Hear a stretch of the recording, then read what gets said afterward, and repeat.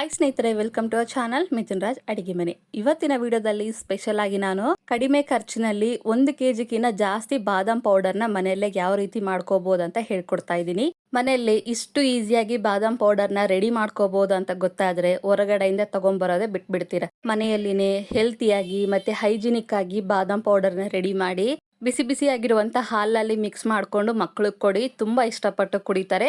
ಮಕ್ಕಳು ಒಂದೇ ಅಲ್ಲ, ದೊಡ್ಡವರು ಕೂಡ ಕುಡಿಬಹುದು. ಅಷ್ಟು ರುಚಿಯಾಗಿರುತ್ತೆ. ಒಂದ್ಸರಿ ಟ್ರೈ ಮಾಡಿ ನೋಡಿ. ತಡ ಮಾಡದೆ ವಿಡಿಯೋ ಸ್ಟಾರ್ಟ್ ಮಾಡೋಣವಾ? ಮೊದಲನೇದಾಗಿ ಒಂದು ಫ್ರೈ ಪ್ಯಾನ್ ಅಲ್ಲಿ 250 ಗ್ರಾಮ್ ಅಷ್ಟು ಬಾದಾಮಿ ತಗೊಂಡಿದ್ದೀನಿ. ಇಷ್ಟೇ ತಗೋಬೇಕು ಅಂತೇನಿಲ್ಲ. ಯಾವ್ದಾದ್ರು ಒಂದು ಕಪ್ಪಿನ ಅಳತೆಯಲ್ಲಿ 1 ಕಪ್ ಅಷ್ಟು ಬಾದಾಮಿನ ತಗೊಳ್ಳಿ. ಗ್ಯಾಸ್ ಅನ್ನ ಮೀಡಿಯಂ ಫ್ಲೇಮ್ ಅಲ್ಲಿ ಇಟ್ಕೊಂಡು ಬಾದಾಮಿನ ಚೆನ್ನಾಗಿ ಹುರ್ಕೊಳ್ಳೋಣ. ಅಂಡ್ ನಿಮ್ಮೆಲ್ಲರ ಹತ್ರ ಒಂದು ರಿಕ್ವೆಸ್ಟ್, ನನ್ನ ಚಾನಲ್ ನ ಮೊದಲನೇ ಬಾರಿ ನೋಡ್ತಾ ಇದ್ರೆ ಪ್ಲೀಸ್ ಎಲ್ಲರೂ ದಯವಿಟ್ಟು ಸಬ್ಸ್ಕ್ರೈಬ್ ಮಾಡ್ಕೊಳ್ಳಿ. ಪಕ್ಕದಲ್ಲೇ ಇರುವಂತ ಬೆಲ್ ಬಟನ್ ನ ಕ್ಲಿಕ್ ಮಾಡಿದ್ರೆ ನಾನು ಯಾವಾಗ ವಿಡಿಯೋಸ್ ಹಾಕಿದ್ರೆ ನೋಟಿಫಿಕೇಶನ್ ಬರುತ್ತೆ. ಬಾದಾಮಿ ನೀಟಾಗಿ ಫ್ರೈ ಆಗಿದೆ. ಇವಾಗ ಗ್ಯಾಸ್ ಅನ್ನ ಲೋ ಫ್ಲೇಮ್ ಅಲ್ಲಿ ಇಟ್ಕೊಂಡು ಒಂದು ಪ್ಲೇಟ್ ಅಲ್ಲಿ ಹಾಕೊಂತೀನಿ. ಯಾವುದೇ ಕಾರಣಕ್ಕೂ ಹೈ ಫ್ಲೇಮ್ ಅಲ್ಲಿ ಇಟ್ಕೊಂಡು ಬಾದಾಮಿನ ಫ್ರೈ ಮಾಡ್ಕೋಬೇಡಿ. ನಂತರ ಅದೇ ಕಪ್ಪಿನ ಅಳತೆಯಲ್ಲಿ ನಾನು 1/4 ಕಪ್ಪಿನಷ್ಟು ಗೋಡಂಬಿ ಹಾಕ್ತಾ ಇದ್ದೀನಿ. ಅಂದ್ರೆ ಸರಿಸುಮಾರಾಗಿ ಒಂದು 50 ಗ್ರಾಮ್ ಅಷ್ಟು. ನೀವು ಬೇಕಿದ್ರೆ 100 ಗ್ರಾಮ್ ಅಷ್ಟು ಕೂಡ ತಗೋಬಹುದು. ನಂತರ 1 ಟೇಬಲ್ ಸ್ಪೂನ್ ಅಷ್ಟು ಪಿಸ್ತಾ ತಗೊಂಡಿದ್ದೀನಿ. ಪಿಸ್ತಾ ಆಪ್ಷನಲ್, ಇಷ್ಟ ಇದ್ರೆ ಹಾಕೊಳ್ಳಿ, ಇಲ್ಲ ಅಂದ್ರೆ ಇಲ್ಲ. ಗೋಡಂಬಿ ಮತ್ತೆ ಪಿಸ್ತಾನ ಗ್ಯಾಸ್ ಅನ್ನ ಮೀಡಿಯಂ ಫ್ಲೇಮ್ ಅಲ್ಲಿ ಇಟ್ಕೊಂಡು ಚೆನ್ನಾಗಿ ಹುರ್ಕೋಬೇಕು. ನೋಡ್ರ, ಹುರ್ಕೊಂಡಿದ್ದಾಯ್ತು. ಇವಾಗ ಬಾದಾಮಿ ಹಾಕಿರೋ ಪ್ಲೇಟ್ಗೆನೆ ಹಾಕೊಂತಾ ಇದ್ದೀನಿ. ಒಂದು ಸಣ್ಣ ಬೌಲ್ ತಗೊಂಡು ಬಾದಾಮಿ, ಗೋಡಂಬಿ ಮತ್ತೆ ಪಿಸ್ತಾ ತಗೊಂಡು ಸಣ್ಣ ಸಣ್ಣದಾಗಿ ಕಟ್ ಮಾಡ್ಕೋಬೇಕು. ಯಾಕೆ ಅಂತಂದ್ರೆ ಬಾದಾಮ್ ಪೌಡರ್ ಅಲ್ಲಿ ಸಣ್ಣ ಸಣ್ಣದಾಗಿ ಕಟ್ ಮಾಡ್ಕೊಂಡಿರುವಂತ ಬಾದಾಮಿ, ಗೋಡಂಬಿ ಮತ್ತೆ ಪಿಸ್ತಾ ಹಾಕಿ ಮಿಕ್ಸ್ ಮಾಡಿದ್ರೆ ಕುಡಿಬೇಕಾದ್ರೆ ತುಂಬಾ ರುಚಿಯಾಗಿರುತ್ತೆ ಬಾದಾಮ್ ಹಾಲು. ಡ್ರೈ ಫ್ರೂಟ್ಸ್ ನ ಇಷ್ಟು ಸಣ್ಣದಾಗಿ ಕಟ್ ಮಾಡ್ಕೊಂಡು ರೆಡಿ ಮಾಡ್ಕೊಂಡಿದ್ದೀನಿ. ಅಷ್ಟರಲ್ಲಿ ಬಾದಾಮಿ, ಗೋಡಂಬಿ ಮತ್ತೆ ಪಿಸ್ತಾ ಕೂಡ ಚೆನ್ನಾಗಿ ಆರಿದೆ.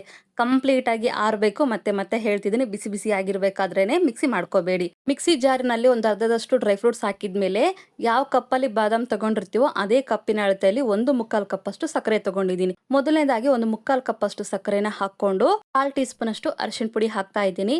ನಂತರ ಒಂದು 5 ರಿಂದ 6 ಏಲಕ್ಕಿ ತಗೊಂಡಿದ್ದೀನಿ. ಮೊದಲನೇ ಸಾರಿ ಹಾಕ್ಬೇಕಾದ್ರೆ ಮಿಕ್ಸಿ ಜಾರಲ್ಲಿ 3 ಹಾಕೊಂಡು ಫೈನ್ ಆಗಿ ಮಿಕ್ಸಿ ಮಾಡ್ಕೋಬೇಕು. ಎಷ್ಟು ಸಾಧ್ಯನೋ ಅಷ್ಟು ಆನ್ ಅಂಡ್ ಆಫ್ ಮಾಡ್ಕೊಂಡು ಮಿಕ್ಸಿ ಮಾಡ್ಕೊಳ್ಳಿ. ಕಲರ್ ನೋಡಿ ಎಷ್ಟು ಚೆನ್ನಾಗಿ ಬಂದಿದೆ.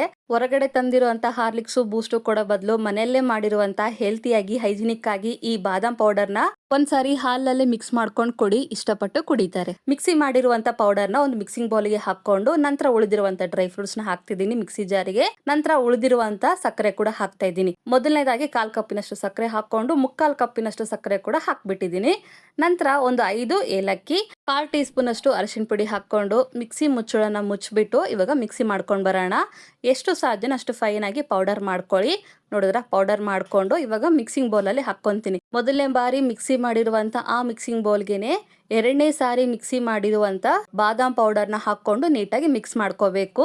ಎಲ್ಲವನ್ನು ಹಾಕೊಂಡಿದ್ಮೇಲೆ ಸ್ಪೂನಿನ ಸಹಾಯದಿಂದ ನೀಟಾಗಿ ಮಿಕ್ಸ್ ಮಾಡ್ಕೊಳ್ಳಿ.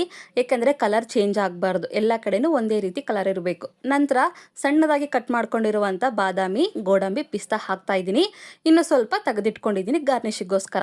ನಂತರ ಕೇಸರಿ ದಾಳ ಹಾಕ್ತಾ ಇದ್ದೀನಿ. ಇದು ಆಪ್ಷನಲ್, ಇಷ್ಟ ಇದ್ರೆ ಹಾಕೊಳ್ಳಿ, ಇಲ್ಲ ಅಂದ್ರೆ ಬೇಡ. ಬಟ್ ಹಾಕಿದ್ರೆ ಒಳ್ಳೆ ಟೇಸ್ಟ್ ಬರುತ್ತೆ ಅಂಡ್ ಒಳ್ಳೆ ಕಲರ್ ಕೂಡ ಬರುತ್ತೆ. ಸ್ವಲ್ಪ ಹಾಕಿದ್ಮೇಲೆ ಇನ್ನೊಂದ್ಸರಿ ಮಿಕ್ಸ್ ಮಾಡ್ಕೊಂತಾ ಇದ್ದೀನಿ. 300-400 ರೂಪಾಯಿ ಖರ್ಚು ಮಾಡಿದ್ರೆ 1 ಕೆಜಿಗಿನ್ನ ಜಾಸ್ತಿನೇ ಆಗುವಂತ ಬಾದಾಮ್ ಪೌಡರ್ ಮನೆಯಲ್ಲೇ ರೆಡಿ ಆಗುತ್ತೆ. ನೋಡ್ತಿದ್ದೀರಾ, ಕಲರು, ಟೆಕ್ಸ್ಚರು, ಬಾದಾಮ್ ಪೌಡರ್ ರೆಡಿನೇ ಆಗೋಯ್ತು. ಈ ಕಡೆ ನಾನು ಹಾಲು ಕೂಡ ರೆಡಿ ಮಾಡ್ಕೊತಾ ಇದ್ದೀನಿ. ಒಂದು 2 ರಿಂದ 3 ಲೋಟ ಆಗುವಷ್ಟು ಹಾಲನ್ನು ರೆಡಿ ಮಾಡ್ಕೊಂಡಿದ್ದೀನಿ. ಈ ರೀತಿ ಕುದಿ ಬರ್ತಾ ಇದೆ ಅನ್ನೋ ಟೈಮಲ್ಲಿ ಗ್ಯಾಸನ್ನು ಆಫ್ ಮಾಡಿಕೊಂಡು 1-2 ಟೇಬಲ್ ಸ್ಪೂನ್ ಅಷ್ಟು ಬಾದಾಮ್ ಪೌಡರ್ನ ಹಾಕಿದ್ದೀನಿ. ನೀವು ಬೇಕಿದ್ರೆ ಬಾದಾಮ್ ಪೌಡರ್ನ ಹಾಕಿ ಕೂಡ ಕುದಿಸ್ಬೋದು. ಕುದ್ದಿರುವಂತ ಹಾಲಲ್ಲೇ 1-2 ಟೇಬಲ್ ಸ್ಪೂನ್ ಅಷ್ಟು ಬಾದಾಮ್ ಪೌಡರ್ನ ಹಾಕಿ ಈ ರೀತಿ ಕಲಸ್ಬಿಟ್ರೆ ಬಿಸಿ ಬಿಸಿ ಆಗಿರುವಂತ ಬಾದಾಮ್ ಹಾಲ್ ರೆಡಿನೇ ಆಗೋಗುತ್ತೆ. ಇಲ್ಲ ನಮಗೆ ಬಿಸಿ ಬಿಸಿ ಆಗಿರುವಂತ ಬಾದಾಮ್ ಹಾಲ್ ಬೇಡ ಅಂತಂದ್ರೆ ಸ್ವಲ್ಪ ಹೊತ್ತು ಫ್ರೀಸರ್ ಅಲ್ಲಿ ಬಾದಾಮ್ ಹಾಲನ್ನ ಇಟ್ಟು ತಣ್ಣಗಾದ್ಮೇಲೆ ನಂತರ ಕುಡೀರಿ. ಆ ಟೇಸ್ಟ್ ಕೂಡ ತುಂಬಾನೇ ಚೆನ್ನಾಗಿರುತ್ತೆ. ಕಡಿಮೆ ಖರ್ಚಿನಲ್ಲಿ 1 ಕೆಜಿಗಿನ್ನ ಜಾಸ್ತಿ ಆಗಿರುವಂತ ಬಾದಾಮ್ ಪೌಡರ್ನ ಹೈಜಿನಿಕ್ ಆಗಿ ಮನೆಯಲ್ಲೇ ಯಾವ ರೀತಿ ಮಾಡ್ಬೇಕಂತ ತಿಳಿಸ್ಕೊಟ್ಟಿದ್ದೀನಿ.